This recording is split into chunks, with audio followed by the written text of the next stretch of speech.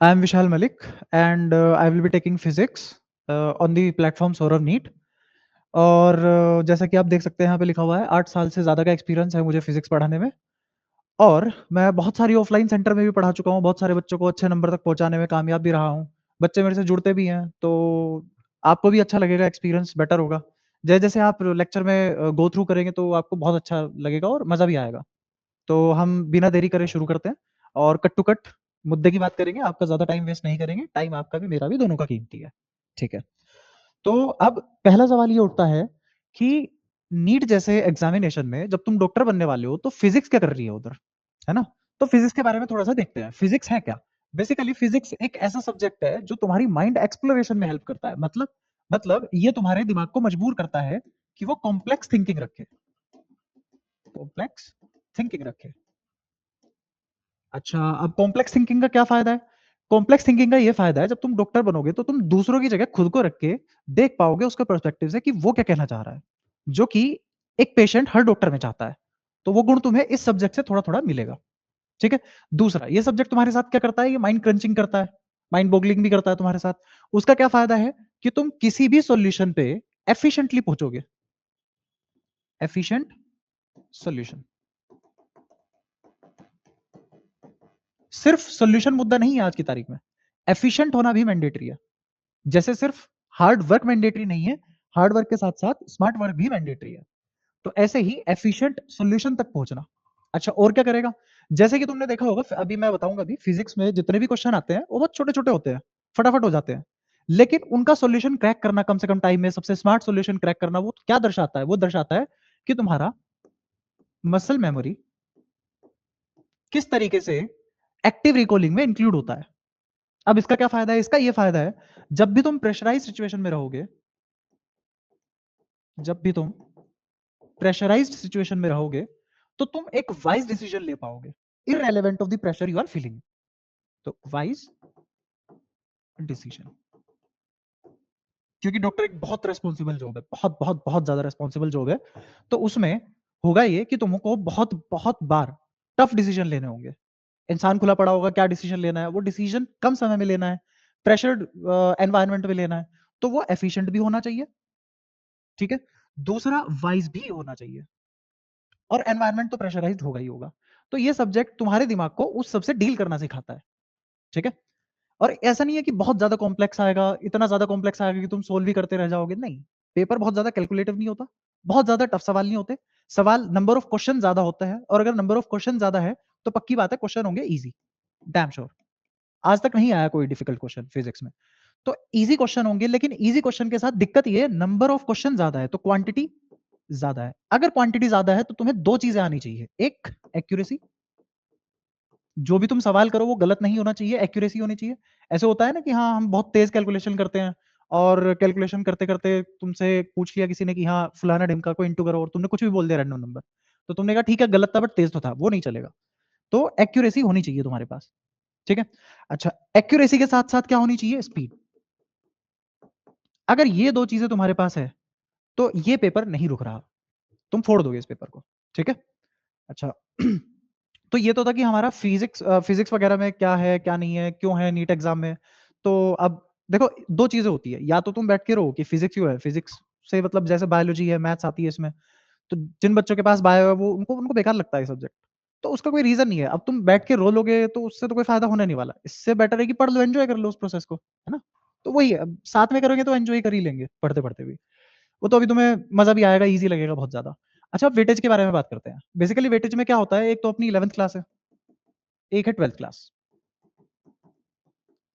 11th class में क्या scene है? 11th क्लास में जैसे अगर मैं 2024 की बात करूं एग्जांपल, तो 2024 में 11th क्लास से 40% आया था, और 12th क्लास से 60% आया था। लेकिन इसका मतलब ये बिल्कुल भी नहीं है कि इसकी वेटेज कम है, क्योंकि 12th का क्वेश्चन करते टाइम 11th ही यूज हो रही होती है। ठीक है, तो ऐसा नहीं है 11th को हल्के में लेना है। अच्छा, इसमें बाइफर्केशन कैसे हुई थी? जैसे ये हुआ था, इसमें यूनिट डायमेंशन मेजरमेंट है, तुमने सुना होगा। 6% पेपर यहाँ से बना था। ठीक है। जैसे मान लो कि 50 क्वेश्चन आते हैं, लास्ट टाइम 50 क्वेश्चन आए थे, इस बार तो अपडेट है, तो 50 क्वेश्चन है, 50 क्वेश्चन को अगर मैं 100% मान लूं, तो एक क्वेश्चन 2% हो गया। मतलब एक क्वेश्चन 2% वेटेज रखता है, कहीं से भी आ जाए। अच्छा अब इसमें 50 क्वेश्चन 100% वेटेज है और एक क्वेश्चन 4 नंबर का है। एक क्वेश्चन 4 नंबर का है, तो 2% नंबर मतलब 4 नंबर लेके आना। ये सिर्फ फिजिक्स के बारे में बात हो रही है, ठीक है? अच्छा तो जैसे यूनिट डायमेंशन मेजरमेंट है, तो इससे 6% पेपर आया, तो इसका मतलब 3 क्वेश्चन आए और 12 नंबर हो गए, 12 मार्क्स हो गए और 3 क्वेश्चन आए। तो अगर तुम यूनिट डायमेंशन मेजरमेंट तुम्हारा 2024 में अगर किसी ने पेपर दिया है और उसने यूनिट डायमेंशन मेजरमेंट के तीनों क्वेश्चन सही करे हैं, तो उसके 12 नंबर पक्के। इस तरीके से तुम्हारा काइनेमेटिक्स था, काइनेमेटिक्स में क्या क्या आता है? काइनेमेटिक्स में हो जाता है तुम्हारा 1D 2D, ठीक है? ये दोनों मिला के ये भी कितने के थे? 6%। अगेन 6% मतलब 3 क्वेश्चन 12 नंबर। अच्छा फिर एनएलएम वर्क पावर एनर्जी, ये भी कितना था? इसकी भी वेटेज 6% थी। फिर रोटेशन, रोटेशन में रिजिड बॉडी डायनामिक्स और सेंटर ऑफ मास ये सब आता है, देखा होगा तुमने।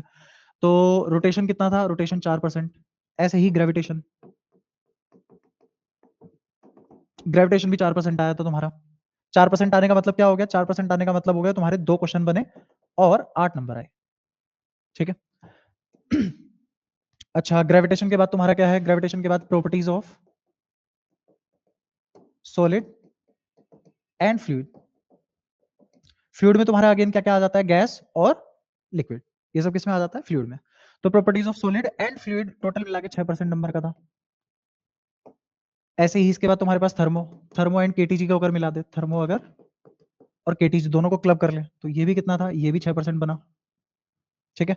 ऐसे ही अगर वेव्स एंड ऑसिलेशन की बात करें, तो ये वेटेज उठाई थी इसने 4% की। तो इस तरीके से सिलेबस डिस्ट्रीब्यूट हुआ 2024 के पेपर में। ऐसी अगर हम 12th की बात करें, तो 12th में अपने पास एक तो इलेक्ट्रोस्टैटिक होता है, सभी पता होगा। इलेक्ट्रोस्टैटिक्स, इलेक्ट्रोस्टैटिक कितना था? इलेक्ट्रोस्टैटिक्स की वेटेज थी 8%। इलेक्ट्रोस्टैटिक में क्या क्या आता है? Charge at static and potential, potential of charges. अच्छा फिर करंट इलेक्ट्रिसिटी, ये भी 8% का था। मूविंग चार्जेस एंड मैग्नेटिज्म, ये तुम्हारा 10%। ये सब अप्रोक्सीमेशन में है डेटा। अच्छा और इसके बाद क्या आता है तुम्हारा? इसके बाद ईएमआई एंड एसी, ये भी 8%। इलेक्ट्रोमैग्नेटिक वेव, बहुत प्यारा चैप्टर है, ये अकेला ही 4%। 4% मतलब 2 क्वेश्चन आ गए इससे देखो, और 8 नंबर पक्के, और बहुत आसान चैप्टर है। अच्छा फिर उसके बाद ऑप्टिक्स, ऑप्टिक्स में क्या क्या आ जाता है? रे भी और वेव भी, वेव भी। रे और वेव दोनों मिला के कितने बैठे? दोनों मिला के 8% बैठे। ऐसे ही तुम्हारा इससे अगला चैप्टर तुम्हारी मॉडर्न फिजिक्स आ जाती है। मॉडर्न फिजिक्स में बेसिकली 3 हिस्सों में टूटती है मॉडर्न फिजिक्स। एक तुम्हारा ड्यूअल नेचर, एक एटम और एक न्यूक्लियाई, ये सब मिला के 10% बैठा। और लास्टली सेमीकंडक्टर, सेमीकंडक्टर बैठा तुम्हारा 6% का। ये सब 2024 का बाइफरकेशन है, ठीक है? तो इस तरीके से पेपर बटा, है ना? तो लगभग लगभग मोटा-मोटा यही ब्लूप्रिंट होता है, थोड़ा बहुत ऊपर नीचे होता रहता है। तो ऐसा कोई फिक्स बाइफरकेशन नहीं है। तो इसको अगर डिटेल में देखना हो, 12वीं 60%, 11वीं 40%। फिर ये डिटेल में दे रखा है तुम्हें कि 20 क्वेश्चन है फिजिक्स के, 80 नंबर। 30 क्वेश्चन 12वीं में से आए तो टोटल 120 नंबर, 50 क्वेश्चन हो गए 200। वो 5 क्वेश्चन नहीं अटेम्प्ट करने होते, चॉइस वाले होते हैं, वो तो 180 में से मिलते हैं तुम्हें फिर नंबर। अच्छा ऐसे ही जैसे यहाँ पे दिया हुआ है कि फिजिकल वर्ड मेजरमेंट है, 3 क्वेश्चन है यहाँ से। 3 क्वेश्चन कैसे-कैसे है? डायमेंशन फिजिकल क्वांटिटी में से 1 क्वेश्चन आ गया, मेजरिंग इंस्ट्रूमेंट में से 1 क्वेश्चन आ गया, जैसे वर्नियर कैलिपर हो गया, स्क्रू गेज हो गया, ये सब, ठीक है? अच्छा काइनेमेटिक्स में जैसे मैंने बताया, मोशन स्ट्रेट लाइन को 1D बोलते हैं, मोशन प्लेन को 2D बोलते हैं। तो 1 क्वेश्चन यहाँ से बना, 2 क्वेश्चन यहाँ से बने, तो ऐसे कर कुरा के टोटल 6% ही है। और ऐसे ही अगर मैं एनएलएम और वर्क एनर्जी को मिला दूँ, तो ये दोनों मिलके कितने हो गए? 6%। तो इस तरीके से पेपर बाइफरकेट हुआ था। ये तुम्हें मिल जाएगा, इसमें से एक बार गो थ्रू हो लेना, तुम्हें थोड़ा-सा आइडिया लग जाएगा, हाँ, कैसे-कैसे बँटते हैं नंबर, ठीक है? अच्छा, अब जैसे फिज़िक्स में, जैसे कि मैं तुम्हें बता रहा था, नीट में जो भी क्वेश्चन पेपर बनता है, उसको थोड़ा-सा ऑब्ज़र्व करते हैं। क्वेश्चन पेपर बनता कैसे है? क्वेश्चन पेपर ऐसे बनता है कि जैसे 45 क्वेश्चन है तुम्हारे, अगर मैं 2024 की बात करूँ, तो 45 क्वेश्चन है। 45 क्वेश्चन ऐसा नहीं है उन्होंने स्क्रैच से बनाए हैं या फिर बहुत ज़्यादा मेहनत करके बनाए हैं, नहीं, ऐसा नहीं है। जो भी नीट वाला, एनटीए वाला कंडक्ट कराता है एग्ज़ाम, तो एनटीए वाला क्या करता है, एनटीए वाला ये 45 के 45 क्वेश्चन बने-बनाए होते हैं, बस वो उठा लेता है, सेलेक्ट कर लेता है, थोड़ा बहुत डेटा घुमा देता है और कुछ नहीं है। कोई नया क्वेश्चन नहीं बनता है 45 में। अगर तुमने अच्छे से पढ़ा हुआ है, अच्छे से सिलेबस करा हुआ है, तो तुम सारे के सारे 45 के 45 क्वेश्चन फोड़ दोगे, वो भी कम टाइम में। 1 घंटा ज़्यादा ही लगेगा तुम्हें। अच्छा तो कैसे, इसका मतलब क्या है जो मैं बोल रहा हूँ कि बना-बनाया क्वेश्चन उठाता है? तो जैसे मान लो स्टैंडर्ड बुक हो गई, एनसीईआरटी हो गई, एग्जाम्पलर हो गई, सीबीएसई बोर्ड के पीवाईक्यू हो गए, एचसी वर्मा हो गई, स्टैंडर्ड मटेरियल हो गया, सीबीएसई का जो सपोर्टिव मटेरियल आता है वो हो गया, सपोर्टिव मटेरियल हो गया। और नीट में तो पीवाईक्यू भी खूब रच के रिपीट होते हैं, तो नीट के पीवाईक्यू हो गए। तो इन सब से पेपर उठा लेता है, वो क्वेश्चन उठा लेता है। ठीक है, तो इन सब से क्वेश्चन उठाएगा, मिक्स करेगा और दे देगा। उसका लाइव प्रूफ मैं तुम्हें अभी दूंगा। और जब 2025 नीट हो जाएगा तो मैं तुम्हें बता रहा हूँ क्लियर कट कि देखो हमने ये बताया था, ये बताया था, ये क्वेश्चन क्लास में करवाए थे, वहीं से उठ के डायरेक्ट आ गए। ये होगा, पक्का होगा, टेंशन मत लो। तो फेरेडे और लेंज लो जैसे मैं थोड़ा सा टॉपिक लिखा उसके बारे में बात करूंगा, फिर तुम्हें प्रूफ दूंगा जो मैं बता रहा हूँ उस चीज का, है ना। साथ में बने रहो, मजा आने वाला है। तो फेरेडे और लेंज ने मिलके क्या बोला था, इन्होंने बोला था कि जब कभी भी किसी भी कोयल से या फिर किसी भी एरिया से, कोयल छोड़ो, अमीबा लो तुम तो, बायो वाले, है ना। तो ये इसमें से कभी भी अगर फ्लक्स चेंज होगा, फ्लक्स मतलब फ्लक्स होता है मैग्नेटिक फील्ड लाइन की गिनती, तो वो गिनती कभी भी इस एरिया में से अगर चेंज होगी तो वो उस चेंज को अपोज करेगा। आगे क्रक्स क्या है यहाँ पे, क्रक्स ये है कि फ्लक्स को अपोज नहीं करता, इसको अपोज नहीं करते, इसके चेंज को अपोज करते हैं। ठीक है, तो होता क्या है, फेरेडे ने एक लॉ दिया था कि जो भी मेरा ईएमएफ बनेगा वो d phi by D t होगा। जैसे एनएलएम में दो लॉ पढ़ते हैं ना, पहला लॉ क्या बोलता है, पहला लॉ बोलता है कि कब मेरे पास मोमेंटम चेंज होगा, और अगर मोमेंटम चेंज हुआ तो कितना फोर्स रिक्वायर्ड है, वो सेकंड लॉ है, डीपी बाई डी। बिल्कुल ऐसी ये d phi by D t EMF e. ठीक है, अब यहाँ पे एक माइनस साइन हो रहा है, ये माइनस साइन लेंज लॉ की वजह से आता है, एनर्जी कंजर्वेशन। बेसिकली ये अपोजिशन फैक्टर है, किसको अपोज कर रहा है, इस चेंज को। ठीक है, तो इसको मतलब नहीं है कि फाई बढ़ रहा है, इसको मतलब नहीं है फाई घट रहा है, ये बस इस चेंज को अपोज करेगा। अपोज करने का मतलब अगर फाई बढ़ रहा है तो ये बढ़ता हुआ चेंज है, तो इसको घटाने की कोशिश करेगा। ठीक है, ऐसे ही अगर फाई घटता हुआ है तो ये चेंज हो रहा है, ये घटता हुआ चेंज है, घटता हुआ चेंज है तो वो उसको बढ़ाएगा। ठीक है, अगर इसमें मैं छोटे से एग्जांपल की बात करूं तो तुमने देखा होगा, बहुत ही स्टैंडर्ड एग्जांपल है। जैसे मान लो एक कोयल मैंने यहाँ ली, ये एक मैग्नेट, एक कोयल यहाँ ली, ये साउथ, ये नॉर्थ, और इस मैग्नेट को मैं ऐसे इधर लेके जा रहा हूँ। ठीक है, ध्यान से देखते रहना, इस मैग्नेट को इधर लेके जा रहा हूँ। तो जब इस मैग्नेट को इधर लेके जाएंगे, मान लो किसी वी वेलोसिटी से इस मैग्नेट को इधर लेके गया, तो ये मैग्नेट इस कोयल के पास साउथ पोल से पास में आ रही है, और अगर साउथ पोल से पास में आ रही है तो इसके अंदर से जाने वाली लाइन की गिनती बढ़ेगी, मतलब फ्लक्स बढ़ेगा। तो अगर इसका फ्लक्स बढ़ेगा तो ये कोयल चाहेगी ये फ्लक्स बढ़े नहीं, जितना पहले था उतना ही रहे। ठीक है, तो ये इस चेंज को अपोज करेगा, तो क्या करेगा, यहां अपोज करने के लिए साउथ पोल फॉर्म कर लेगा। ये सब बातें तुम्हें पता होंगी, नहीं पता तो बता दी मैंने। तो यहाँ पे क्या फॉर्म कर लेगा, साउथ पोल। अब साउथ पोल में ना तुम ऐसे करना कि एस इस शेप में बना लेना ऐसे, और एंड पॉइंट पे एरो लगा देना, एरो याद रखना एस उड़ा देना, जैसे इस तरीके से। तो अब यहाँ पे करंट कैसा घूम रहा है, क्लॉकवाइज, साउथ बनने का मतलब क्लॉकवाइज। अब इधर आ जाओ, इस कॉइल से नॉर्थ पोल दूर भाग रहा है, तो इसके अंदर से मैग्नेटिक फील्ड लाइन घट रही है। अब चेंज कैसा है, घटता हुआ। तो ये क्या कोशिश करेगा, ये उसको बढ़ाने की कोशिश करेगा। वहीं ये कम करने की कोशिश कर रहा था, ये बढ़ाने की कोशिश करेगा। क्यों, क्योंकि इससे दूर जा रहा है। तो यहां ये क्या फॉर्म करेगा, नॉर्थ को अट्रैक्ट करवाने की कोशिश करेगा, ये चाहेगा नॉर्थ ना जाए, तो यहां पे भी क्या फॉर्म होगा, साउथ पोल। तो इस तरीके से इस वाली कोइल में भी एक साउथ पोल नजर आने लग जाएगा। तो ये किसका कमाल है, ये सब फेरेडे एंड लेंज लॉ का कमाल है। ठीक है, अब इसमें जैसे क्वेश्चन पुट अप करते हैं, ये एनसीईआरटी का क्वेश्चन है तुम्हारे सामने, 6.1 पहला ही क्वेश्चन है एनसीईआरटी का। ठीक है, तो इसमें देखते हैं क्या होता है। ये साउथ, ये नॉर्थ, ये मैग्नेट इधर जा रही है वी वेलोसिटी से। तो जैसा अभी हमने देखा कि इस साइड साउथ पोल फॉर्म होगा, और इस कोइल से नॉर्थ दूर भाग रहा है, तो ये इसको अट्रैक्ट करने की कोशिश करेगा, यहां भी साउथ पोल फॉर्म होगा। इतनी बात समझ में आती है। अच्छा, अब इसमें ना कोइल का थोड़ा सा खेल होता है, वो भी देखना। अगर तुम ध्यान से देखो, ये लाइन यहां गई और यहां पे जाके ऐसे घूमी, तो मुझे यहां क्लियर कट डिफरेंस नजर आ रहा है कि कोइल ऐसे गई है। देखा, तो अगर मुझे नजर आ रहा है कोइल कैसे गई है, तो मैं यहाँ पे साउथ पोल बना के करंट की डायरेक्शन प्रेडिक्ट कर सकता हूँ। ठीक है, तो करते हैं, पहले इतना करते हैं। आओ, तो यहाँ पे अगर साउथ पोल फॉर्म हुआ है, तो साउथ पोल एस बनाने का मतलब है कि मैं ऐसे करूंगा, तो इसमें एरो ऐसे और ऐसे लगेंगे। अब इसको हटा दो, सिर्फ एरो याद रखना, तो ऐसे और ऐसे। अब इस वाली वायर को ट्रैक करो, तो इस वाली वायर को जब ट्रैक करेंगे तो तुम्हें पता लगेगा कि करंट ऐसे जा रहा है। तो जब जा ऐसे रहा है इसमें से, तो नीचे वाले में से ऐसे आ जाएगा। और इसका यहीं से हमने एक शॉर्टकट भी बना लिया। शॉर्टकट क्या है कि अगर इन कोइल में क्लॉकवाइज करंट है, इन कोइल में क्लॉकवाइज करंट है, तो नीचे वाले बॉक्स में एंटी क्लॉकवाइज होगा, चेक करके देख सकते हो। क्लॉकवाइज मतलब ऐसे जाना, जैसे ये 12, ये 9, ये 3, ये 6। तो क्लॉकवाइज होने का मतलब क्या होता है? ऐसे जाना। वहीं पे ही इसमें करंट कैसे जा रहा है? ऐसे।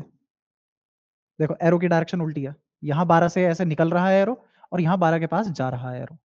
तो नीचे वाले में एंटी क्लॉकवाइज, ये हम शॉर्टकट की तरह याद कर सकते हैं इसको। ठीक है। अच्छा, अब लेकिन यहां तो मुझे पता ही नहीं पड़ रहा कोयल क्या कहां जा रही है, कैसे बाहर की तरफ जा रही है, पहले अंदर की तरफ जा रही है। तो इस वाले पॉइंट पे मुझे कोयल का पता नहीं लग रहा। तो हम यहाँ पे थोड़ा सा अपना ज्ञानवर्धक चीजों की तरफ बढ़ेंगे। इसमें ध्यान रखना कि कभी भी अगर ऐसी कोयल तुम्हें दिखाई दे जाए, ध्यान से सुनना, अगर तुम्हें ऐसी कोयल दिखाई दे जाए और इसके यहाँ पे साउथ पोल फॉर्म हो रहा है, और तुमने पढ़ा है कि ऐसी ही कोयल को सोलेनोइड बोलते हैं, और सोलेनोइड खुद एक बार मैग्नेट की तरह बिहेव करता है। याद है ये बात? तो उसी चीज का हम फायदा उठाएंगे और हम तुरंत इधर पहुंच जाएंगे और बोलेंगे भाई साहब हमारा तो यहाँ पे नॉर्थ पोल फॉर्म हो गया। डन। अब नॉर्थ पोल ऐसे ना बना के कैसे बनाना है? इस तरीके से बनाना नॉर्थ पोल, ऐसे बनाना। इससे फायदा होगा, तुम एरो नोट कर लोगे। अब मुझे पता है यहां पे मेरी लाइन, वायर लाइन ऐसे जा रही है। इस ओपन एंड से मैं इस कोइल के डायरेक्शन को प्रेडिक्ट कर सकता हूं कि ये वायर कैसे कोइल में घूम रही है। ठीक है। तो अब इसको देखते हैं, इसमें एंटी क्लॉकवाइज कैसे जाएगा। तो ये एरो यहां बनेगा ऐसे, और ये वाला एरो यहां बनेगा ऐसे। तो जब ये वाला एरो यहां बनेगा ऐसे, तो नीचे वाले में करंट ऐसे जा रहा होगा। ठीक है। तो क्या हमने इस बार मैग्नेट के मोशन की वजह से इन दोनों कोइल में क्या करंट प्रोड्यूस हुआ, किस डायरेक्शन में हुआ, क्या वो पता लगा लिया? बिल्कुल। तो बस यही करना था सवाल में। इसमें करंट कहां से कहां जा रहा है, डायरेक्शन का थोड़ा नाम लिख लेते हैं, है ना। तो जैसे इसकी अगर बात करें, तो इसकी बात करें, मेरा करंट कहां से कहां गया है? पी से आर, आर से क्यू, और क्यू से पी।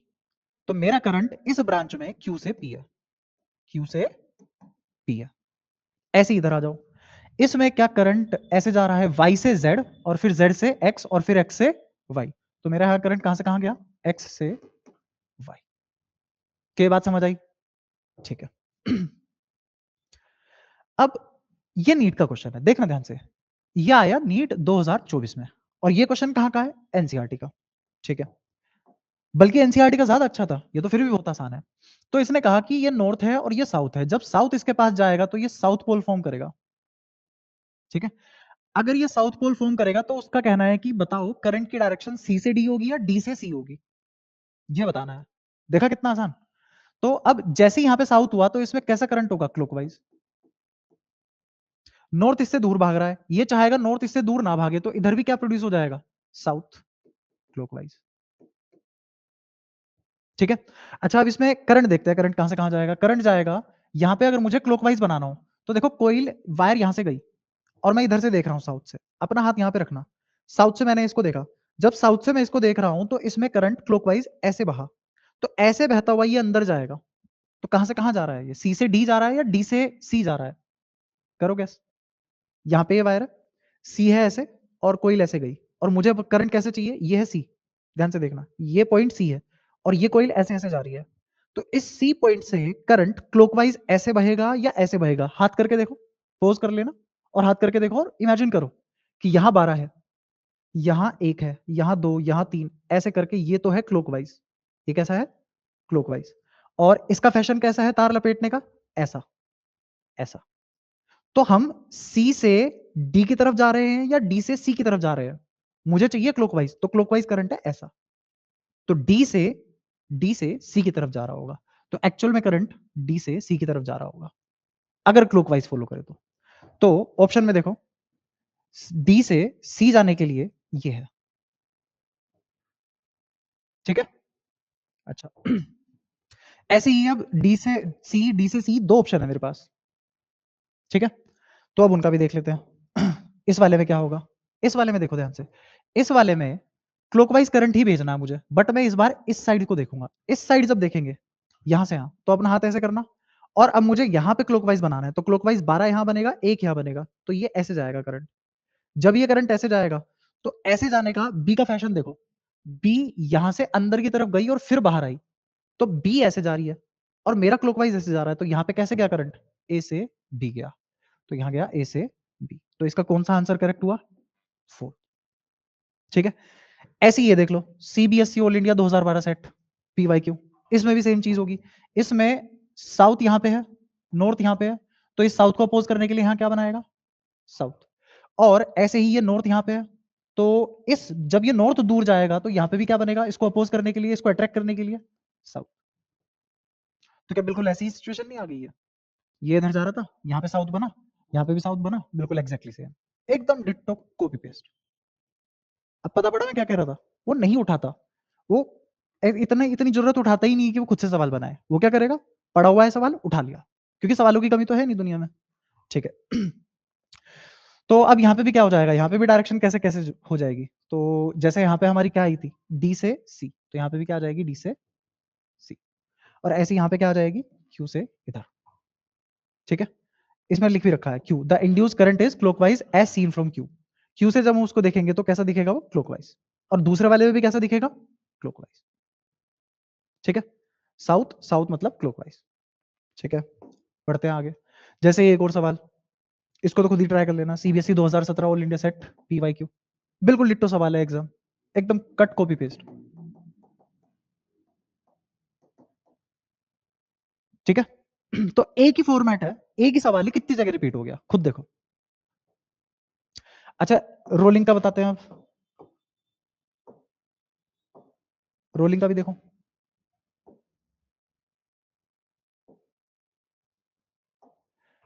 रोलिंग में देखना, अगर मैं किसी भी पॉइंट की बात करूं आंख बंद करके, तो रोलिंग में क्या होता है, रोलिंग में एक तो मोशन होता है ट्रांसलेटरी, और एक मोशन होता है रोटेटरी। रोटेटरी मतलब गोल घूमना, ट्रांसलेटरी मतलब सीधा चलना, ठीक है। तो क्योंकि ये रिजिड बॉडी है और ये आगे जा रही है किसी वी वेलोसिटी से, तो आगे जाने की इसकी वेलोसिटी, ट्रांसलेशन की इसकी वेलोसिटी, किसी भी पॉइंट को टच कर दो वी मिलेगी। जैसे अगर मैं तुमसे पूछूं इस पॉइंट की क्या वेलोसिटी आगे जाने की, वी, इस पॉइंट की क्या वेलोसिटी आगे जाने की, वी, इस पॉइंट की क्या वेलोसिटी आगे जाने की, वी, इस पॉइंट की, वी। अगर यहां पे सेंटर होता और ये स्फीयर होता तो उसकी भी क्या वेलोसिटी होती, v।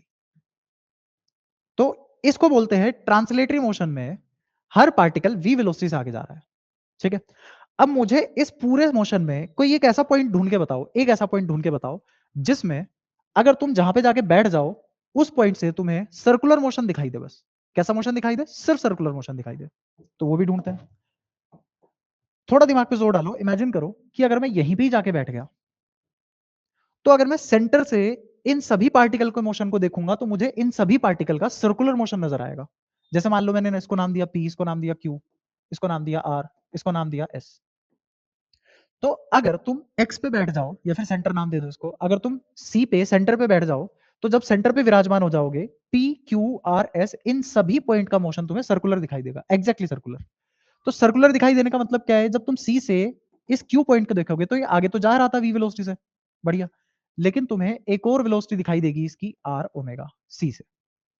सी से तुम्हें सिर्फ और सिर्फ क्या दिखाई देने वाला है, आर ओमेगा। ऐसे ही इस आर पॉइंट का भी तुम्हें क्या दिखाई देने वाला है, आर ओमेगा। इस सी पॉइंट से एस का यहां क्या दिखाई देगा, आर ओमेगा, और यहां क्या दिखाई देगा इस तरीके से, आर ओमेगा। तो सी पॉइंट पे बैठ के तुम्हें सारे के सारे पॉइंट एक सर्कल में घूमते हुए नजर आएंगे, आसान बहुत, ठीक है। अब आगे की बात करते हैं इसमें। देखो आगे देखो, अब मुझे चाहिए कि मैं तो ग्राउंड फ्रेम से निकालना चाहता हूं चीजें, कहां से, ग्राउंड फ्रेम से, ठीक है। तो ग्राउंड फ्रेम पे जाने से पहले अगर मैं तुमसे थोड़ा सा ऐसे पूछूं कि मुझे तो बताओ velocity of P with respect to Q, या फिर अभी इतना कॉम्प्लेक्स नहीं करते, उतनी की जरूरत नहीं पड़ेगी, अभी सिंपल सिंपल बातें करते हैं। अगर मुझे इस क्यू की ग्राउंड फ्रेम से वेलोसिटी निकालनी होगी तो क्या वो इन दोनों का रिजल्टेंट होगा, ऐसे ही इन दोनों का रिजल्टेंट ग्राउंड फ्रेम से दिखेगा, ऐसे ही इन दोनों का रिजल्टेंट ग्राउंड फ्रेम से दिखेगा, और ऐसे ही इन दोनों का रिजल्टेंट ग्राउंड फ्रेम से दिखेगा, ठीक है। अब रोलिंग में एक और कंडीशन होती है जिसका नाम है प्योर रोलिंग। अब प्योर रोलिंग क्या बोला है, प्योर रोलिंग ये बोला है कि सबसे नीचे वाला जो पॉइंट है, ये पोजीशन पी पॉइंट पे जो भी पोजीशन आएगी उस पोजीशन वाला पॉइंट हमेशा रेस्ट पे रहेगा, एट रेस्ट। मान लो ये एक डब्बा एक पोजीशन है और ये वाला पॉइंट जिस दिन चल के यहां पहुंच गया, तो जैसे ही ये वाला पॉइंट यहां पहुंचेगा तो इस पॉइंट को मैं कैसे इन्फर करूंगा ग्राउंड फ्रेम से कि ये रेस्ट पे है।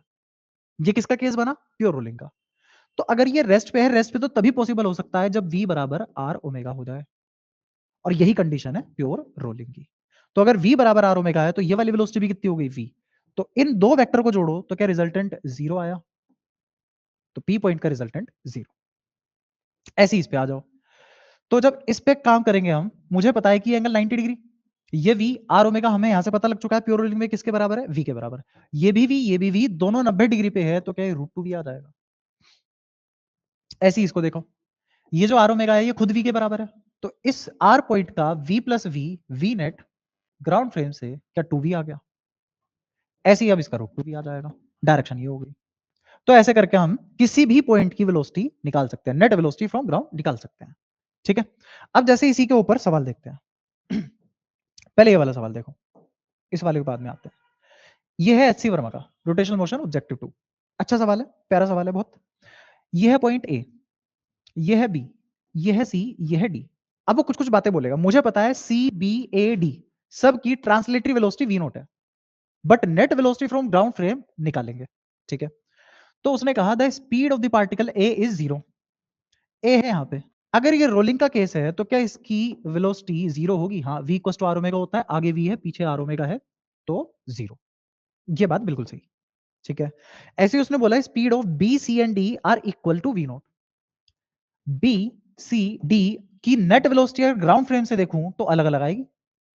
इसकी आएगी 2v, इसकी आएगी √2v। इस डायरेक्शन में ना तो इनके डायरेक्शन सेम है ना इनके मैग्नीट्यूड सेम है, तो ये वाला ऑप्शन गलत हो गया।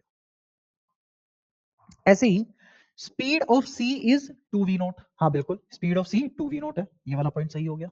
Speed of B is greater than speed of O, तो बी की स्पीड क्या ओ से बड़ी है। हाँ, ओ की ए की वेलोसिटी है v, तो √2v v से तो बड़ा ही होता है, ये वाली बात भी सही है। तो इसके 3 ऑप्शन सही हो गए। अब ये सवाल हमने कर लिया जीवन में एक बार। अब नीट में मान लो इस टाइप का सवाल आता है, सेम सिचुएशन है, वही सब कह रहा है कि v वेलोसिटी से आगे जा रहा है, रोलिंग कर रहा है, रोलिंग मतलब ट्रांसलेटरी मोशन कर रहा है v वेलोसिटी से, आर ओमेगा से घूम रहा होगा। ठीक है, तो अब इसके ऑप्शन चेक करते हैं।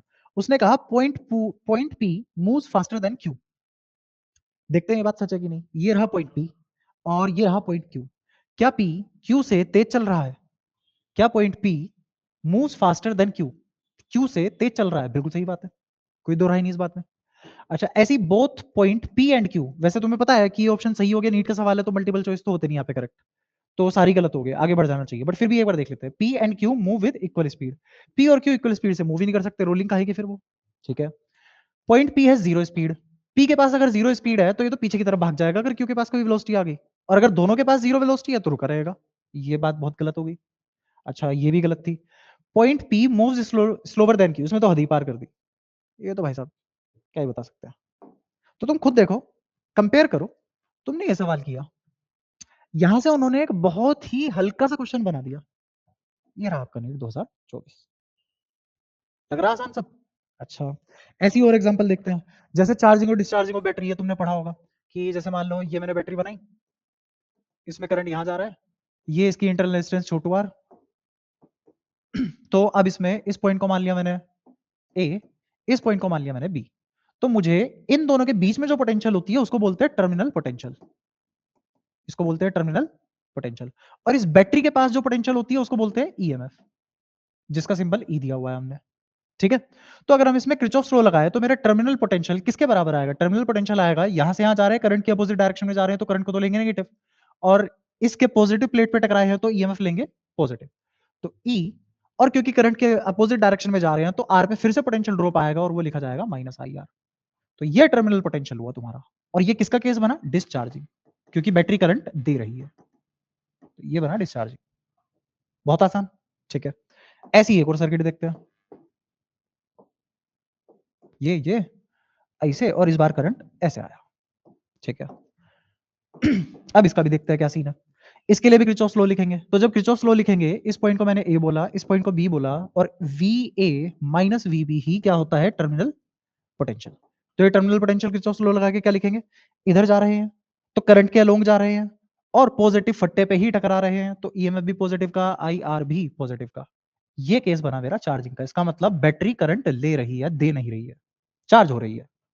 ठीक है, अच्छा यहां पे देखो, क्या टर्मिनल पोटेंशियल ईएमएफ में कुछ जोड़ के आ रहा है। हाँ, तो यहां पे टर्मिनल पोटेंशियल क्या ईएमएफ से बड़ा है, बिल्कुल।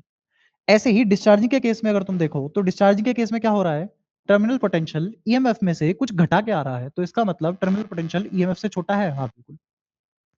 अब मैं कहूं बैटरी कोई करंट ना तो देती और ना बैटरी कोई करंट लेती, तो इसका मतलब क्या होता है? इसका मतलब ये होता कि बैटरी अपना मस्ती में पड़ी हुई है, उसे कोई लोड नहीं है दुनियादारी से। तो यहाँ पे V A minus V B जो टर्मिनल पोटेंशियल है वही खुद क्या बन जाती? ईएमएफ, क्योंकि इसके अक्रॉस तो कोई ड्रॉप होता ही नहीं। तो यहाँ पे क्या हुआ? यहाँ पे टर्मिनल पोटेंशियल ईएमएफ के बराबर आ गई। तो मेरी टर्मिनल पोटेंशियल ईएमएफ के बराबर भी हो सकती है, बड़ी भी हो सकती है, छोटी भी हो सकती है। छोटा सा कॉन्सेप्ट है, प्यारा सा कॉन्सेप्ट है। अब इसके ऊपर सवाल देख लेते हैं। जैसे पहले ये सवाल देखते हैं, या फिर ये देख लो, एनसीईआरटी का है, एक्सरसाइज 3.2, अपनी घर की किताब का। उसने कहा एक बैटरी है जिसकी ईएमएफ है 10 वोल्ट, तो 10 वोल्ट तो हो गई ईएमएफ। इंटरनल रेजिस्टेंस है 3 ओम, हो गया। Is connected to resistor, resistor है कोई, उससे कनेक्ट कर दी, बहुत बढ़िया।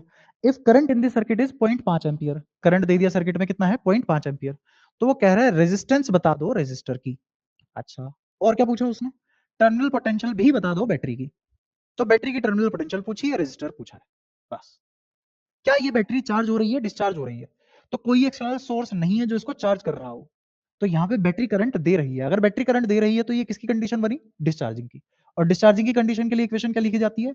आई equals to, sorry, V equals to E minus I छोटू आर। यहाँ पे ये ध्यान रखना है छोटू आर है। छोटू आर मतलब इंटरनल रेजिस्टेंस लिखा हुआ है, इसको कैपिटल आर मत कर देना, ठीक है? अच्छा। बट मुझे क्या पता है? मुझे V पता, V तो नहीं पता, E मुझे पता है, I पता है, छोटू आर बिल्कुल पता है। तो क्या यहाँ से ये आ जाएगा? तो सबसे पहले क्या निकाल लेते हैं? टर्मिनल पोटेंशियल निकाल लेते हैं। आओ, बस वैल्यू फेंकनी है और कुछ नहीं है। इससे ज्यादा आसान क्या ही पूछेगा बेचारा कोई। तो ईएमएफ कितना? 10 माइनस आई कितना? 0.5 और इंटरनल रेजिस्टेंस कितनी? 3 ओम। तो जब तुम 3 की आधे से मल्टीप्लाई करोगे तो वो कितना हो जाएगा? 1.5। और 10 में से 1.5 घटा दोगे तो कितना बचा? 8.5 वोल्ट तो हो गई अपनी, 8.5 वोल्ट होगी टर्मिनल पोटेंशियल। इसमें तो कोई दिक्कत नहीं है, बहुत आसान, ठीक है? आगे बढ़ते हैं। अब मुझे निकालना था एक्सटर्नल रेजिस्टेंस, तो मुझे पता है कि मेरा current EMF upon net resistance के बराबर होता है। सर्किट में कभी भी करंट निकालना हो तो नेट ईएमएफ लिखो और नेट रेजिस्टेंस लिखो और दोनों को डिवाइड कर दो, करंट आ जाएगा सर्किट का, बहुत आसान। तो ईएमएफ कितना? ईएमएफ आ गया 10 और कैपिटल आर अपने को निकालना है, छोटू आर अपने को पता है 3 और करंट है 0.5। तो जब तुम इसकी मल्टीप्लाई इसमें करोगे तो कितना बनेगा? आधा। इसकी मल्टीप्लाई इसमें करोगे तो r/2, तो ये बन गया 0.5 r। और जब 3 की मल्टीप्लाई इसमें करोगे तो 1.5 बराबर 10। तुम यहां से ये भी देख सकते थे कि अगर मैं आई कैपिटल आर निकाल लूं, वही तो टर्मिनल पोटेंशियल डिफरेंस है। अगर मैं इसको लिखूं तो मैं इसको आई कैपिटल आर भी लिख सकता हूं, अभी पता लग जाएगा वो तो अभी तो खैर आर की वैल्यू निकालते हैं पहले। इसको उधर भेजा मैंने, तो उसको उधर भेजने के बाद 8.5 और यहाँ क्या बचा? 0.5 आर। अब कंपेयर करो, ये लिखा हुआ है आई, ये लिखा हुआ है आई, ये लिखा हुआ है कैपिटल आर, ये लिखा हुआ है कैपिटल आर। अच्छा, ये लिखा हुआ है वीटी, तो एक बार देख लेते हैं यहाँ से वीटी कितना आया था। क्या वीटी 8.5 वोल्ट आया था? दिख गया? तो फटाफट अपने आप हो जाते हैं सवाल, बहुत आसान है। अब यहाँ से बस मुझे क्या करना है? मुझे अब ये तो निकाल ही चुका हूं मैं, मुझे क्या चाहिए? Capital R. कैपिटल आर करने के लिए क्या करोगे? अकेला कर दो बेचारे को, तो पॉइंट से पॉइंट टेढ़ा, 5 से इसको काटोगे तो कितना आ जाएगा? 17 पंजा 85, तो 17 आ गया, रेजिस्टेंस आ गई 17। बहुत प्यारा आसान सवाल, ठीक है? अब एक बार ये देख लो, AIPMT 2000 का सवाल है, इसमें देखते हैं क्या क्या होता है। उसने कहा बैटरी है जिसकी ईएमएफ है 12 वोल्ट, ठीक है? ईएमएफ हाथ आ गई। इंटरनल रेजिस्टेंस है 5 इंटू 10⁻⁻2 ओम, तो छोटू आर अपने हाथ आ गया। Current of 60 ampere, low current भी आ गया हाथ में। फ्रॉम एन एक्सटर्नल सोर्स, कोई एक्सटर्नल सोर्स है, तो इसका मतलब इस बार एक्सटर्नल सोर्स से बैटरी में करंट आ रहा है, माने बैटरी चार्ज हो रही है। तो किसकी कंडीशन बनी है? चार्जिंग। अब चार्जिंग की कंडीशन के लिए क्या करते हैं? चार्जिंग की कंडीशन के लिए इक्वेशन क्या लिखी जाती है? V terminal potential is equal to E plus I छोटू आर। अगेन यहाँ पे छोटू आर। अच्छा, अब बस वैल्यू रख दो सबकी। तो E कितना? 12 प्लस आई कितना? 60 और छोटू आर कितना? 5 इंटू 10⁻⁻²। अब कैलकुलेशन भी देखो कितनी आसान। अगर मैं इसको मल्टीप्लाई करूं तो 300 बनेगा। अब जो 300 बना हुआ है, तो 2 0 खत्म, बचा 3, तो 12 और 3 15, 15 वोल्ट आंसर आ गया। ये रहा आंसर, छुप गया बेचारा, पर निकाल लेंगे हम तो, ठीक है? ओके। अब ये नीट 2024 का, इसको भी लपेटते हैं, देखना कितना आसान है ये भी। अच्छा, ये तो छुप गया, चलो कोई नहीं। Terminal voltage of battery whose EMF is, EMF ये रही 10। तो यहां से देख लो, वहां से छोड़ो। 10 वोल्ट तो इसकी ईएमएफ है, शाबाश। 1 ओम इसका छोटू आर, 4 ओम इसका कैपिटल आर, ठीक है। और पूछ के रहा है current as shown in T, internal resistance 1 ohm when connected through an external resistance इतना एज शोन इन, निकालना, चलो करंट निकालना होगा, करंट निकाल लेते हैं, देखते हैं। तो ये सारी चीजें मुझे पता है, या फिर एक काम करते हैं, मेरे को जहां तक लग रहा है इसमें तुम्हें निकालना है टर्मिनल पोटेंशियल। इसको ए मान लो, इसको बी मान लो, तो तुम्हें निकालना है वीए माइनस वीबी मतलब टर्मिनल पोटेंशियल। ये तुम्हें पता लगता रहेगा, जैसे जैसे एक्सपीरियंस हो जाएगा तुम भी जान पाओगे, हाँ ये पूछा होगा, ये पूछा होगा। चलो इसकी बात कर लेते हैं, आओ खेला शुरू करते हैं वापसी में।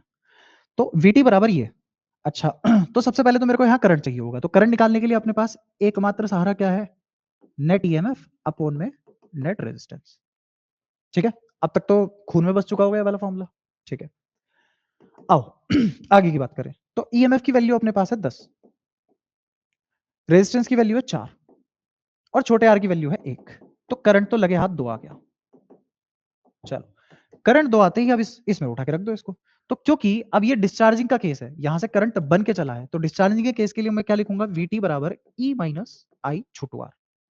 ई कितना कहा था 10, आई अभी अभी निकाला 2, और आर कितना 1, तो कितना आ गया 8 वोल्ट, 8 वोल्ट आंसर, ठीक है। एक बार देखना इसको, यही होगा जहां तक है मेरे हिसाब से।